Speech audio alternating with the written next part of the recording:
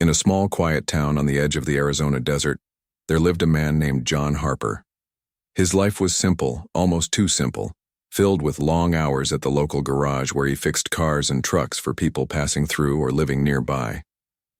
The sun would rise over the red rocks and cacti each morning, casting long shadows across his modest home.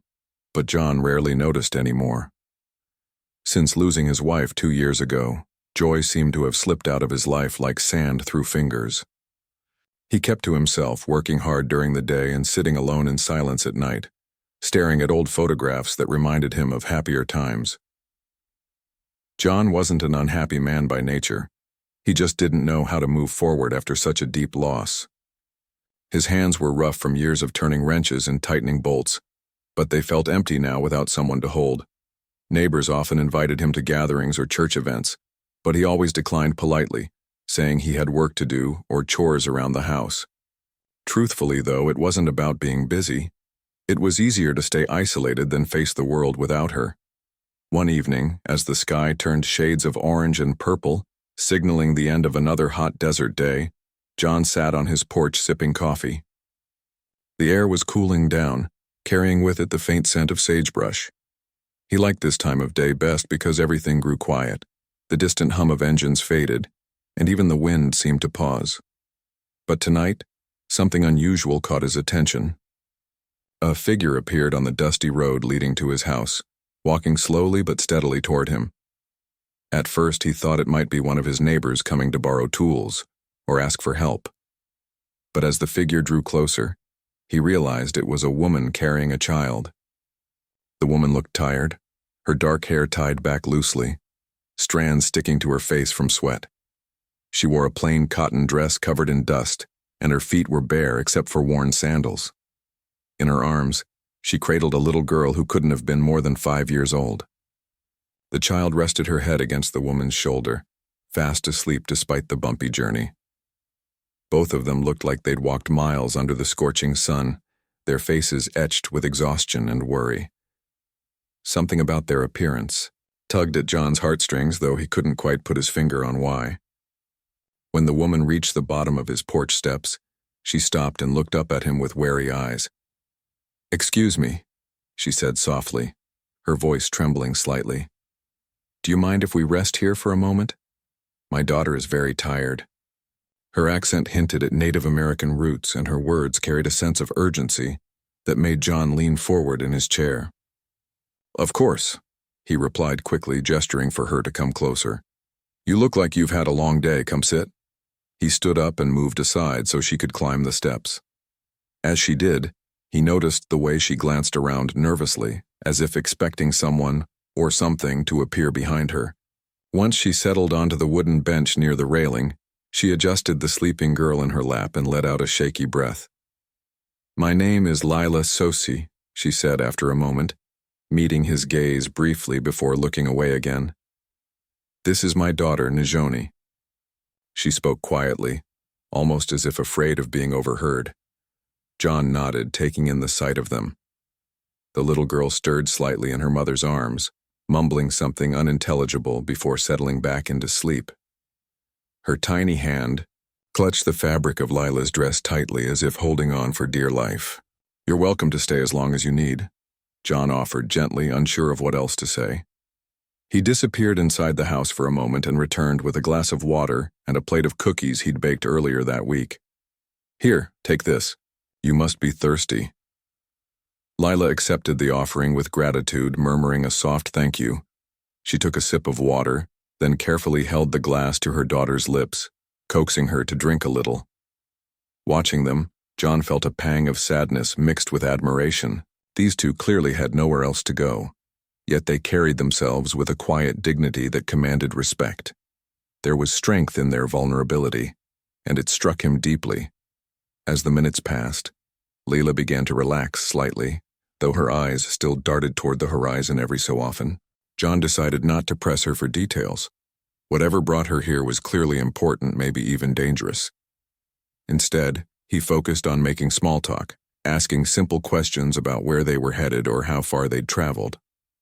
Lila answered vaguely, mentioning only that they were trying to reach relatives who could offer them shelter. She didn't elaborate beyond that, and John didn't push further. Eventually, the conversation lulled, leaving only the sound of crickets chirping in the background. The little girl woke up briefly, blinking sleepy eyes at John before curling back into her mother's embrace. Seeing this exchange, John felt a warmth spread through his chest, a feeling he hadn't experienced in a long time. For all his loneliness, he hadn't realized how much he missed having others around until now. This unexpected encounter was stirring something within him, though he couldn't quite name it yet. Before heading inside to prepare dinner, John asked Lila if she and Nijoni would like to spend the night. "It's getting late," he explained. "You shouldn't be traveling in the dark, especially not with a child. I have a spare room you can use." Lila hesitated, glancing at her daughter before nodding slowly. "Thank you," she whispered, her voice thick with emotion. We really appreciate it." That night, as John lay in bed listening to the unfamiliar sounds of movement in his house, he found himself thinking about the strangers under his roof. Who were they? Where had they come from? And most importantly, why did they seem so afraid? Questions swirled in his mind, keeping him awake longer than usual. Yet beneath the curiosity and concern, there was also a flicker of hope, a sense that maybe, just maybe, their arrival marked the beginning of something new in his otherwise stagnant life. The next morning, sunlight streamed through the cracks in the wooden blinds, waking John earlier than usual. He stretched and got out of bed, his thoughts immediately drifting to his unexpected guests. Quietly, he made his way to the kitchen, where he started preparing breakfast, a simple meal of scrambled eggs, toast, and coffee. As he worked, he wondered if Lila and Nijoni would feel comfortable staying longer, or if they'd already be packing up to leave. Part of him hoped they wouldn't go too soon. Their presence had brought a kind of warmth to his home that he hadn't felt in years. When he heard soft footsteps approaching, he turned to see Lila standing in the doorway, her hair still damp from washing it in the sink. She looked more rested than she had the night before, though her eyes still carried a hint of unease. "Good morning," she said softly, offering a small smile. "I hope we didn't disturb you last night." "Not at all," John replied, shaking his head.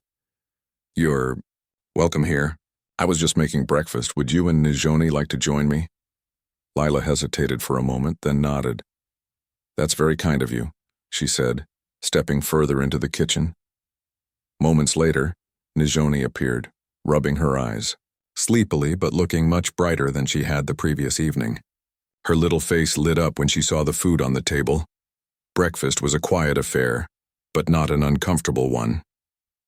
Nijoni ate hungrily, occasionally glancing at John with wide, curious eyes. Lila watched her daughter with a mixture of love and worry, her fingers absently tracing patterns on the edge of her plate.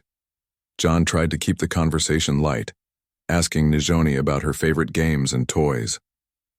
The little girl giggled shyly when he guessed incorrectly that she liked dolls best, correcting him by saying she preferred drawing pictures instead. After the meal, Lila insisted on cleaning up, refusing to let John do all the work.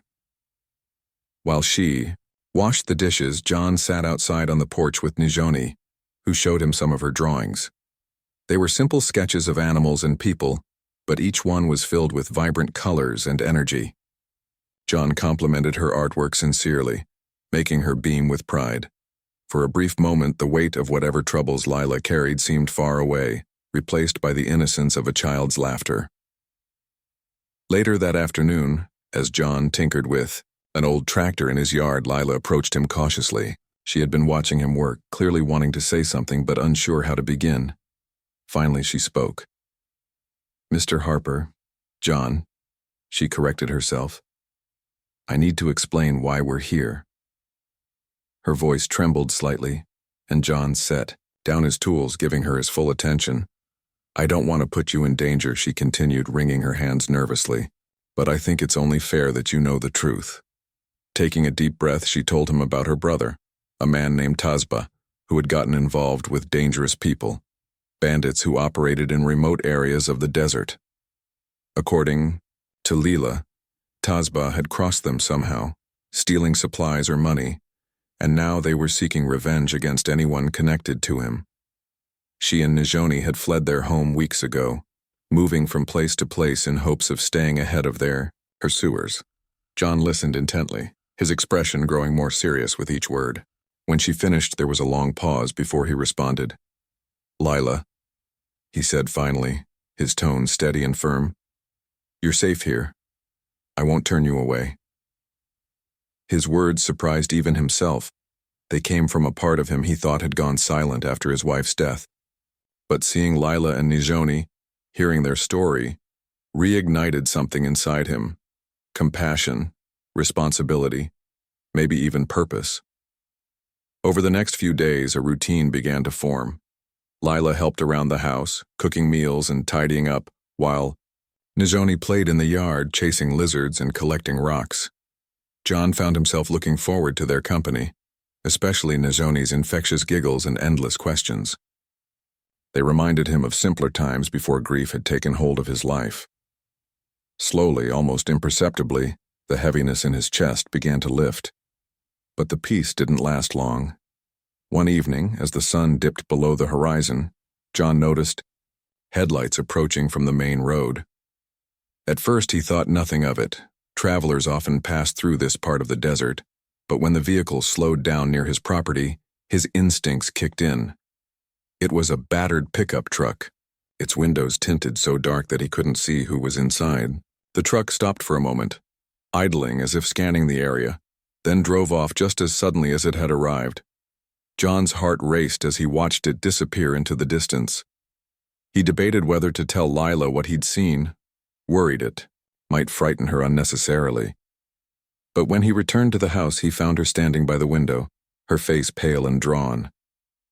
"They're here," she whispered, clutching Nijoni close to her side. "I knew they'd find us eventually." For the first time since meeting her, John saw fear take complete control of Lila's demeanor. She paced back and forth, muttering prayers under her breath in her native language. Nijoni clung to her mother, sensing her distress. John stepped forward, placing a reassuring hand on Lila's shoulder. "We'll figure this out," he said firmly. "Together." That night, John lay awake staring at the ceiling. He couldn't shake the image of the truck or the knowledge that danger was closer than ever. Protecting Lila and Nijoni wasn't going to be easy, but he realized he had no choice. Whether it was fate or coincidence that brought them to his doorstep, he couldn't abandon them now. Tomorrow, he decided, he would start preparing. If those men came back, they'd find more than they bargained for. As dawn broke over the desert, painting the sky in hues of pink and gold, John rose early, determined to fortify his home. He gathered scrap metal and wood from his workshop, reinforcing doors and windows to make them harder to break through. Lila joined him, her fear transforming into resolve as she helped wherever she could. Even Nijoni pitched in, handing tools to John and cheering them on with her bright smile. By the end of the day, the house looked different, stronger, sturdier. But John knew physical barriers wouldn't be enough. He retrieved an old rifle from the closet, dusting it off and checking to ensure it was in working condition. Lila eyed the weapon warily, but John reassured her. "Just in case," he said, simply. Though neither of them wanted violence, they both understood that sometimes survival meant being prepared for the worst. As night fell once again, the three of them sat together on the porch, listening to the sounds of the desert. Crickets chirped, coyotes howled in the distance, and the wind rustled through the mesquite trees. Despite the looming threat, there was a strange sense of unity among them, a shared determination to face whatever came next. For the first time in a long time, John felt truly alive. The days that followed were tense, filled with a quiet unease that hung over the small house like a storm cloud. John spent most of his time keeping watch, scanning the horizon for any sign of trouble while Lila and Nijoni stayed indoors. Though, they tried to maintain a sense of normalcy, cooking meals, playing games, and sharing stories. The shadow of danger loomed large. Each car or truck that passed by made them freeze, their hearts racing until it disappeared into the distance. John knew he couldn't rely solely on luck. He began teaching Lila how to use the rifle, showing her how to aim, load, and fire safely. At first, she hesitated, her hands trembling as she held the weapon. "I don't want to hurt anyone," she admitted softly, lowering the gun. John nodded, understanding her reluctance. "Neither do I," he replied. "But sometimes, protecting yourself means making hard choices." Lila eventually agreed to practice, though every shot she fired seemed to weigh heavily on her.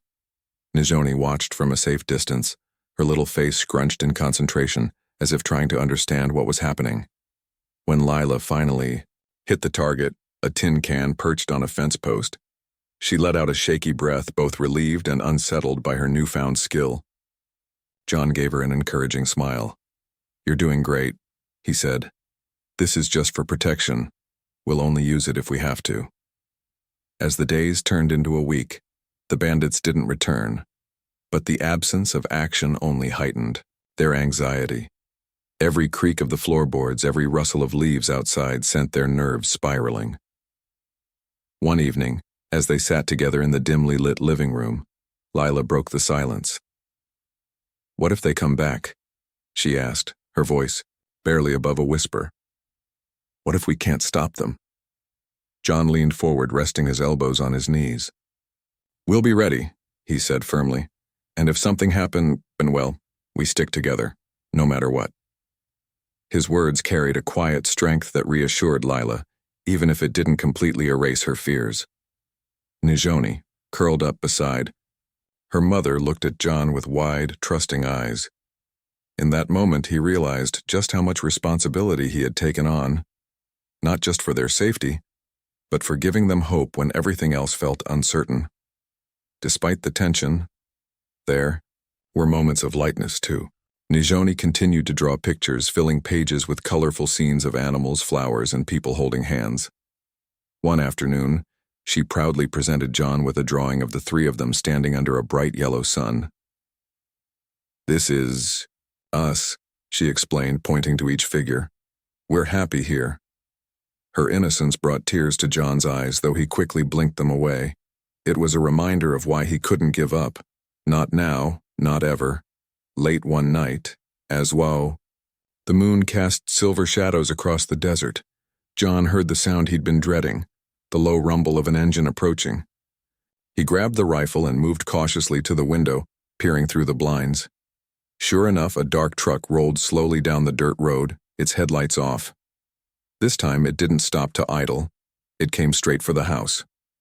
John's heart pounded as he whispered urgently to Lila, who was already awake and clutching Nijoni close. "They're here," he said quietly. "Take Nijoni to the bedroom and stay low. Don't come out unless I tell you." Lila nodded, her face pale but determined. She hurried down the hall, closing the door behind her. John took a deep breath, steadying himself as the truck parked near the front gate. Three men climbed out, their silhouettes sharp against the starlit sky. They were armed, their movements deliberate and menacing. One of them called out, his voice rough and demanding, "We know you're in there. Hand over. The woman and the kid, and no one gets hurt." John clenched his jaw, gripping the rifle tightly. "You've got no business here," he shouted back, his voice steady despite the fear coursing through him. "Leave now, or I'll call the sheriff." The man laughed, a cold, humorless sound. "Sheriff won't help you," he sneered. "This doesn't concern him." With that, the men began advancing toward the house, spreading out to surround it. John's mind raced as he weighed his options. He couldn't let them get inside, not with Lila and Nijoni depending on him. Taking aim, he fired a warning shot into the air, the sharp crack echoing across the desert. For a moment, the men froze, startled by the unexpected resistance. But then one of them cursed loudly and raised his own weapon, firing blindly at the house. Bullets tore through the wooden walls, sending splinters flying. John ducked instinctively, his pulse roaring in his ears. He returned fire, aiming carefully this time and hitting one of the men in the leg. The man cried out, collapsing to the ground while the others scrambled for cover. Inside the bedroom, Lila pressed Nijoni's face against her chest, shielding her from the chaos outside. The little girl whimpered softly, her body trembling with fear. "It's okay," Lila whispered, though her own voice shook. "John will protect us." She reached for the rifle John had taught her to use, her fingers tightening around the stock. If things went badly, if those men broke in, she would fight alongside him no matter how scared she was. Back outside, the standoff escalated quickly. The remaining two bandits regrouped, taking turns firing at the house while trying to flank it. John moved methodically from window to window, using the darkness to his advantage. Years of working with machinery had honed his problem-solving skills, and he applied that same logic now, anticipating their moves and countering them strategically. Still, he knew he couldn't hold them off forever. Just as one of the men managed to break through a side window, Lila emerged from the hallway, rifle in hand. Her hands trembled, but her aim was true. She pulled the trigger, the recoil jolting her backward slightly, and the intruder stumbled, clutching his shoulder. Shocked by her sudden appearance, the other bandit hesitated, giving John the opening. He needed to disarm him. Within moments, the tide had turned. Both men surrendered, dropping their weapons and raising their hands in defeat. Breathing heavily, John secured the bandits with rope he kept in the workshop, tying them tightly so they couldn't escape. Meanwhile, Lila tended to Nijoni, who clung to her mother, tears streaming down her face.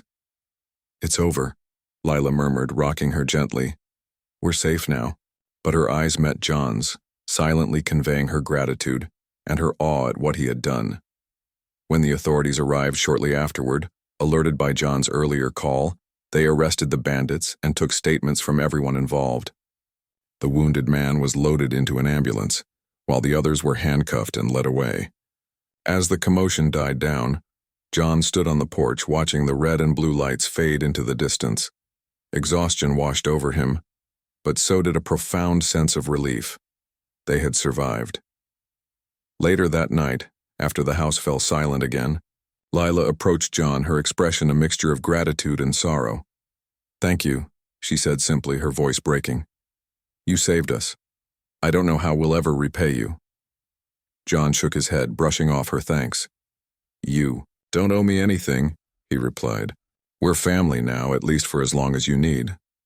Nijoni, still wide-eyed but calmer, hugged John tightly around the waist.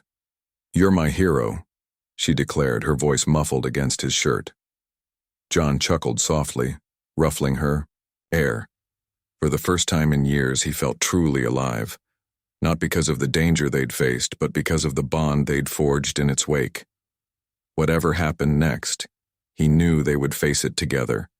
The days following the attack passed slowly, each one bringing a mix of relief and lingering tension.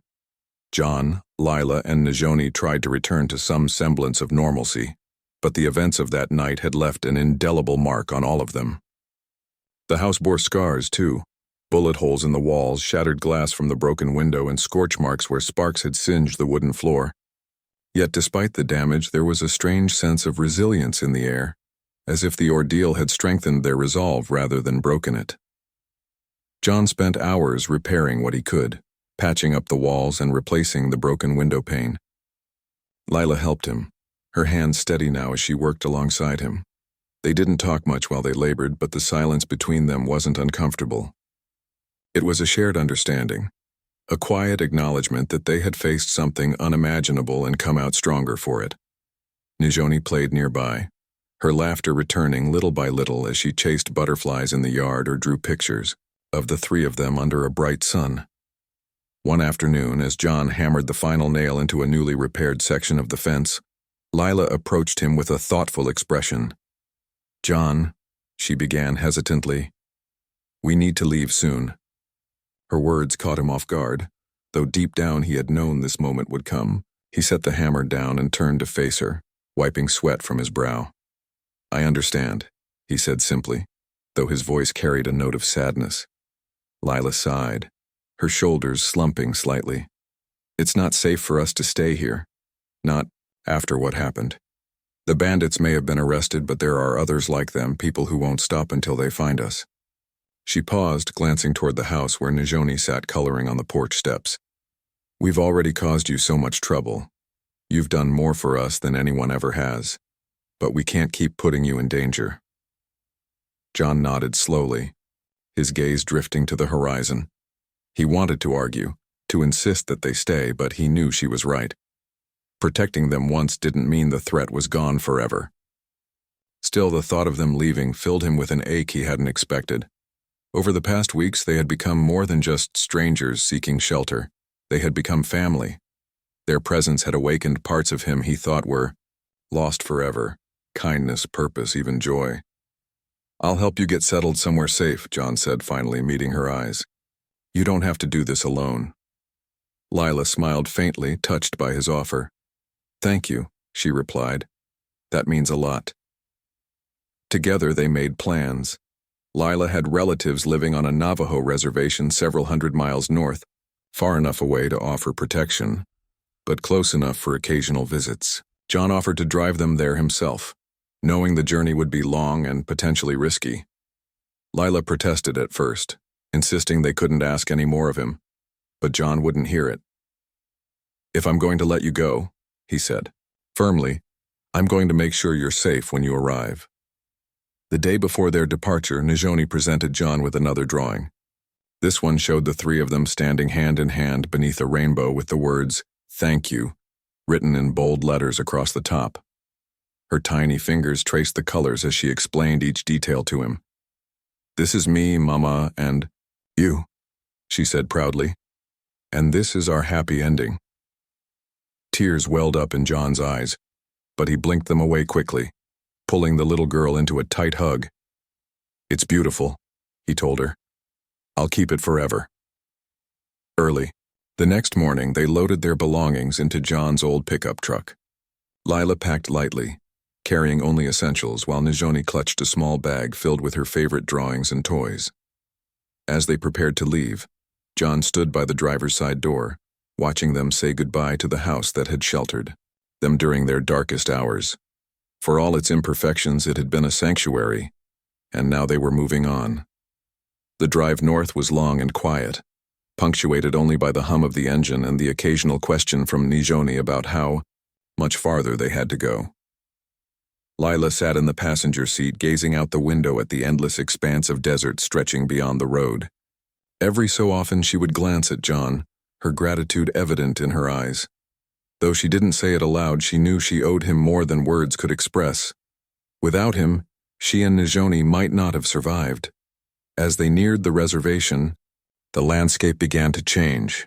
The barren desert gave way to rolling hills dotted with juniper trees and sagebrush. Smoke rose lazily from chimneys in the distance, signaling the presence of homes nestled among the rocks and red earth. When they finally arrived, they were greeted warmly by Lila's aunt and uncle, who embraced her and Nijoni tightly, tears streaming down their faces. Introductions were made, and John was invited to stay for dinner, a gesture of thanks for bringing them safely to their doorstep. Sitting around the table that evening, surrounded by laughter and conversation, John felt a bittersweet pang in his chest. These people were Lila's true family, her roots, and she belonged here. He was glad she had found safety, but the realization that his role in her life was coming to an end weighed heavily on him. After dinner, as the sun dipped below the horizon, painting the sky in fiery hues, Lila walked him back to his truck. "Thank you for everything," she said softly, her voice thick with emotion. "I'll never forget what you've done for us." John nodded, forcing a smile. "Take care of yourself, and Nijoni," he replied. "She's a special little girl." Lila hugged him then, holding on tightly as if reluctant to let go. When she finally stepped back, her eyes glistened with unshed tears. "You'll always have a place here," she promised. "Whenever you want to visit, just come. We'll be waiting." John climbed into the truck and started the engine, waving one last time before pulling away. As he drove back toward the highway, the weight of loneliness began to settle over him again. But it wasn't the same emptiness he'd felt before. This time, it was tempered by memories of Lila's courage, Nijoni's laughter, and the brief but profound connection they had shared. He realized that helping them hadn't just saved their lives, it had saved his too. Back home, John returned to his routine, fixing cars and tending to his house. But things were different now. The bullet holes in the wall served as reminders of the family he had gained and lost, but also of the strength he had rediscovered within himself. Neighbors noticed a change in him. He smiled more often, greeted people warmly, and even attended community gatherings he would have avoided before. Word spread about what he had done, and many admired his bravery and selflessness.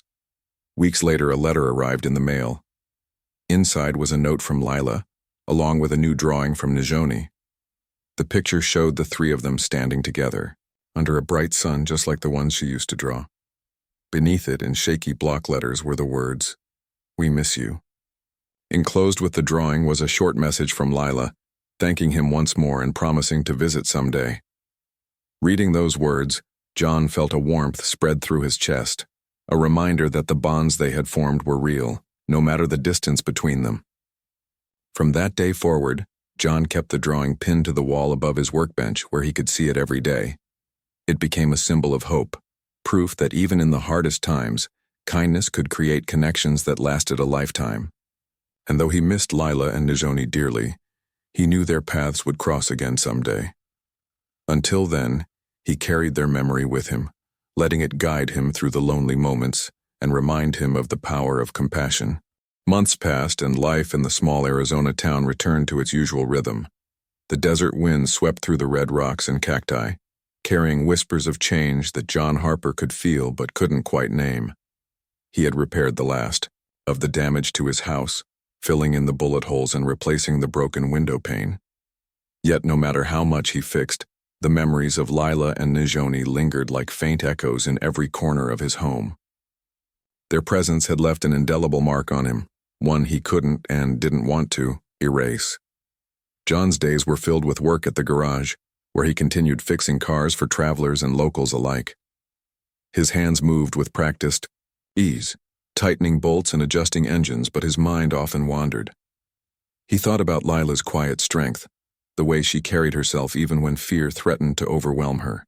He remembered Nijoni's laughter, so pure and unguarded, as if the world hadn't yet touched her with its hardships. Those thoughts brought both comfort and a deep longing, a yearning for something he couldn't fully explain. The letter from Lila had been a lifeline during those first few weeks after their departure. Reading it over and over again, John found solace in the words she had written. "We miss you," she had said, and those three simple words carried more weight than any prize or accolade ever could. They reminded him that he wasn't alone, not really. Even though miles separated them, the bond they had formed remained strong, a thread connecting two lives that might otherwise never have crossed paths. As time went on, John began to notice subtle shifts within himself. He started opening his door more often, inviting neighbors over for coffee or offering help to strangers passing through town. At first it felt strange, vulnerable even, but the more he reached out, the lighter his heart became. People responded warmly to his kindness, sharing stories and laughter that filled the void left by Lila and Nijoni's absence. Slowly, his house transformed from a lonely refuge into a place of connection once again. One crisp autumn morning, as golden sunlight filtered through the blinds, John received another letter. This one was thicker than the last, its envelope bearing a stamp from the Navajo reservation where Lila and Nijoni now lived. His hands trembled slightly as he opened it, eager to hear their news. Inside, he found several pages of writing from Lila, along with a bundle of drawings from Nijoni. Each picture depicted scenes of their new life, fields of wildflowers, traditional dances under starlit skies, and smiling faces gathered around a fire. One drawing showed John standing beside them, his arms spread wide as if embracing the entire community. Lila's letter spoke of gratitude and growth. She wrote about settling into her aunt and uncle's home, learning old traditions she had forgotten, and teaching Nijoni the beauty of their culture. "It's peaceful here," she explained, describing the vast landscapes and tight-knit families, who welcomed them with open arms. But she also admitted that adjusting hadn't been easy. Nights were still difficult, haunted by memories of running and hiding.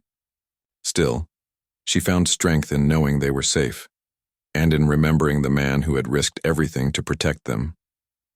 Reading her words, John felt a surge of pride mixed with bittersweet nostalgia. He wished he could see them, hold Nijoni's, and share a meal with Lila's family. But he understood why they needed to stay where they were, for now at least. Their safety came first, and he respected that. Instead, he focused on cherishing the moments they had shared and holding on to the promise of seeing them again someday. Inspired by Lila's descriptions of her new life, John decided to explore his own roots.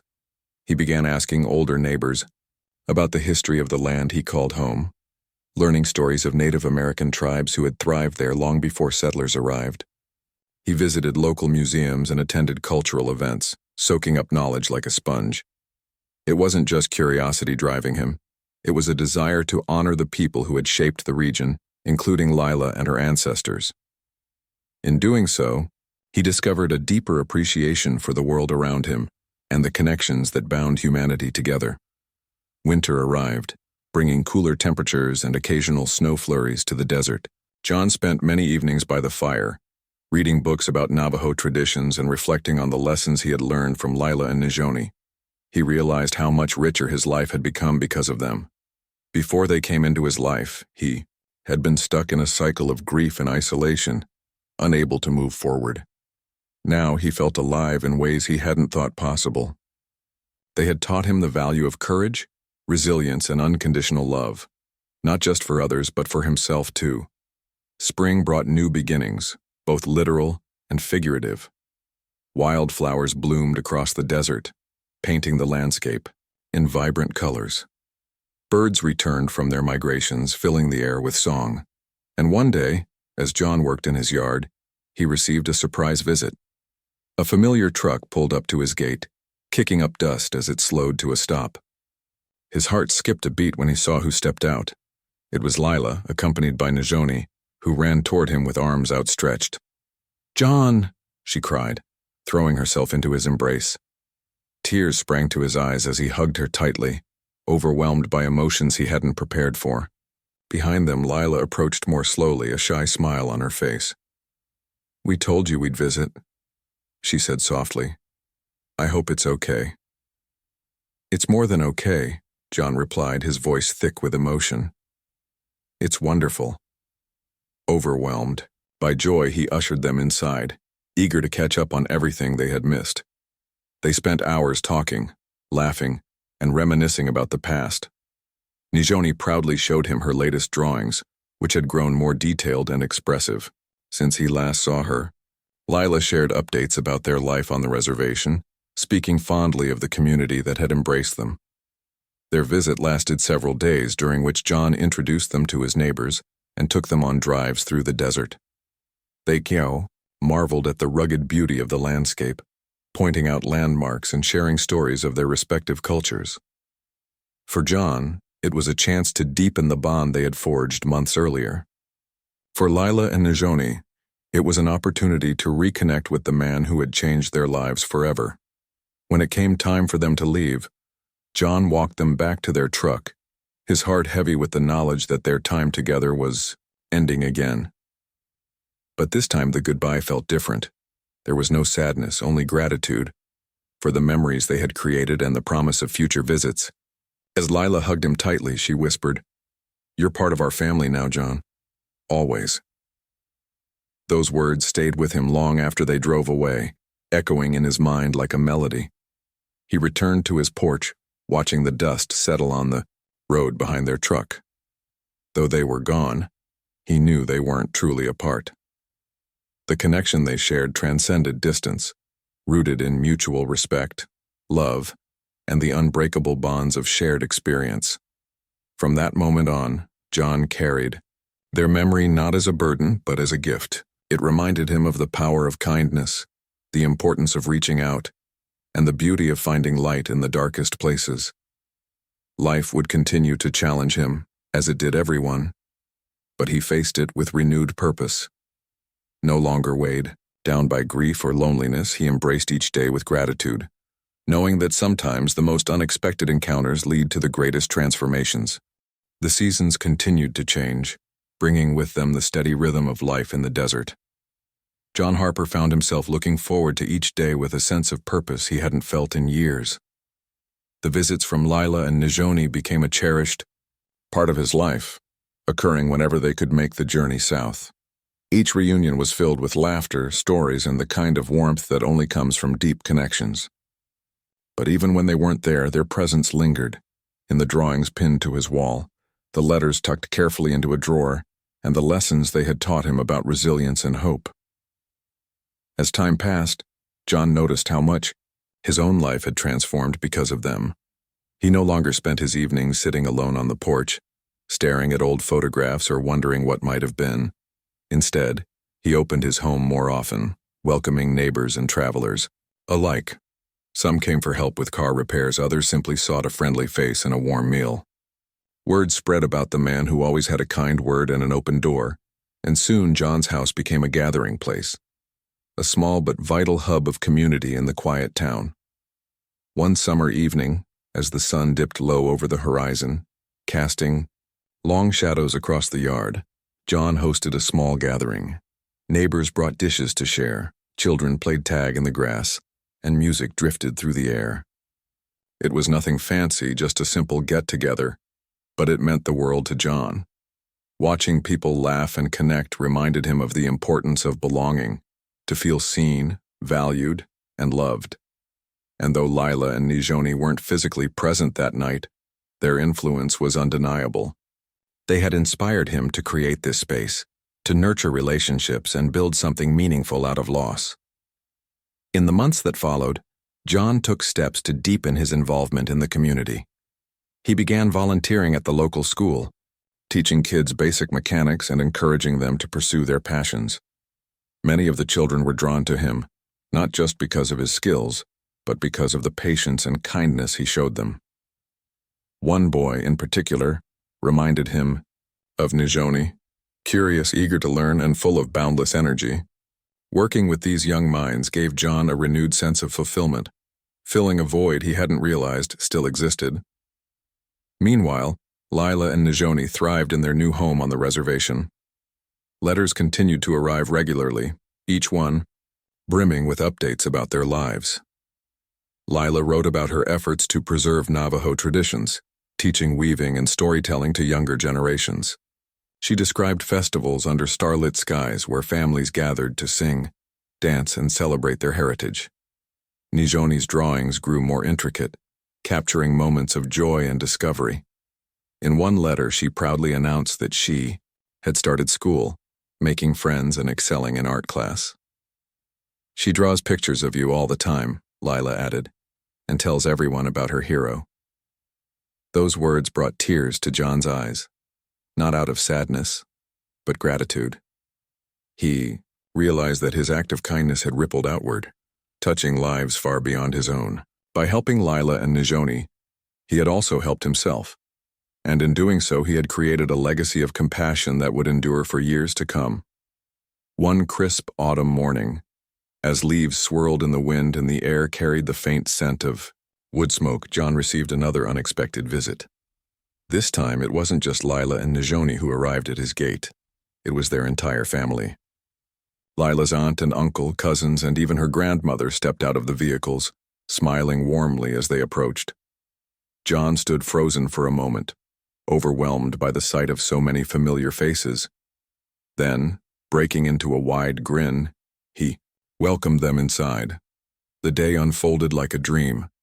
Tables were set up in the yard, laden with food prepared by Lila's family, traditional dishes bursting with flavor and meaning. Stories were shared around the fire, laughter echoing into the night. John learned more about Navajo culture, listening intently as elders spoke of history, values, and the importance of community. For the first time in a long time, he felt truly connected, not just to Lila and Nijoni, but to something larger than himself.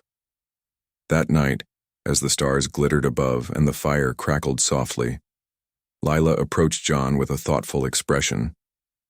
"We wanted to thank you properly," she said, handing him a small bundle wrapped in cloth. Curious, John unwrapped it to reveal a beautifully woven blanket adorned with intricate patterns. "It's a symbol of gratitude," Lila explained. and a reminder of the bond we share. You're family now, John. No matter where life takes us, you'll always have a place with us. Tears welled up in John's eyes as he ran his fingers over the soft fabric. I don't know what to say, he admitted, his voice thick with emotion. Thank you doesn't seem enough. Lila smiled gently, placing a hand on his shoulder. You don't need to say anything. Just keep being the incredible person you are. As the night wore on, John sat by the fire, wrapped in the blanket, feeling a profound sense of peace. He thought about how far he had come since the day Lila and Nijoni first appeared at his doorstep. Back then, he had been a man weighed down by grief, unsure if he would ever find happiness again. Now he was surrounded by love, friendship, and purpose, all because he had chosen to open his heart. In the weeks and months that followed, John continued to live with gratitude and intention. He stayed in touch with Lila's family, visiting them on the reservation whenever he could. He remained active in his own community, fostering connections and supporting those in need. And though he knew challenges would inevitably arise, he faced them with courage, knowing he wasn't alone. Years later, as John sat on his porch watching the sunset paint the sky in fiery hues, he reflected on the journey that had brought him here.